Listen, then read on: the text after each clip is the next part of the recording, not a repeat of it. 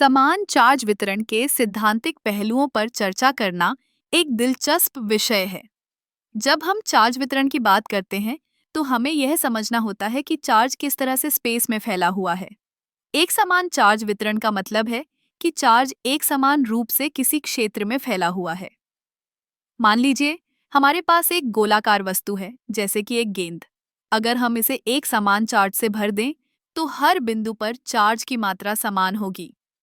इस स्थिति में हमें यह देखना होगा कि चार्ज के कारण उत्पन्न होने वाला विद्युत क्षेत्र कैसा होगा। गोलाकार चार्ज वितरण के मामले में हम देख सकते हैं कि बाहरी बिंदुओं पर विद्युत क्षेत्र केवल चार्ज के कुल मान पर निर्भर करता है, न कि चार्ज के वितरण के तरीके पर। यह एक बहुत ही महत्वपूर्ण सिद्धांत है, जिसे हम गॉस के नियम के माध्यम से समझ सकते हैं। गॉस के नियम के अनुसार किसी बंद सतह के चारों ओर विद्युत क्षेत्र की कुल फ्लक्स उस सतह के भीतर मौजूद कुल चार्ज के समानुपाती होती है। अब अगर हम एक समतल चार्ज वितरण पर विचार करें, जैसे कि एक अनंत समतल प्लेट, तो हमें यह देखना होगा कि विद्युत क्षेत्र कैसे व्यवहार करता है। इस स्थिति में विद्युत क्षेत्र हमेशा प्लेट से समान दूरी पर समान रहता है, जो इसे एक बहुत ही रोचक और उपयोगी सिद्धांत बनाता है।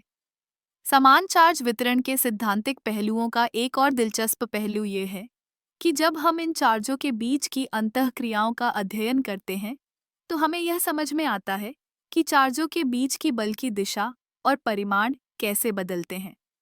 जब चार्ज समान होते हैं, तो वे एक दूसरे को बाहर की ओर धकेलते हैं, जबकि विपरीत चार्ज एक दूसरे को आकर्षित करते हैं। इस तरह के सिद्धांतों का उपयोग कई क्षेत्रों में किया जाता है, जैसे कि इलेक्ट्रॉनिक्स, भौतिकी और इंजीनियरिंग। जब हम इन सिद्धांतिक पहलुओं को समझते हैं, तो हम न केवल चार्ज वितरण के व्यवहार को समझ पाते हैं, बल्कि हम नई तकनीकों और उपकरणों के विकास में भी मदद कर सकते हैं। तो समान चार्ज वितरण के सिद्धांतिक पहलुओं को समझना न केवल एक शैक्षणिक अभ्यास है, बल्कि यह हमारे चारों ओर की दुनिया को समझने का एक महत्वपूर्ण तरीका भी है। यह हमें यह सोचने पर मजबूर करता है कि कैसे छोटे छोटे चार्ज हमारे जीवन में बड़े बदलाव ला सकते हैं।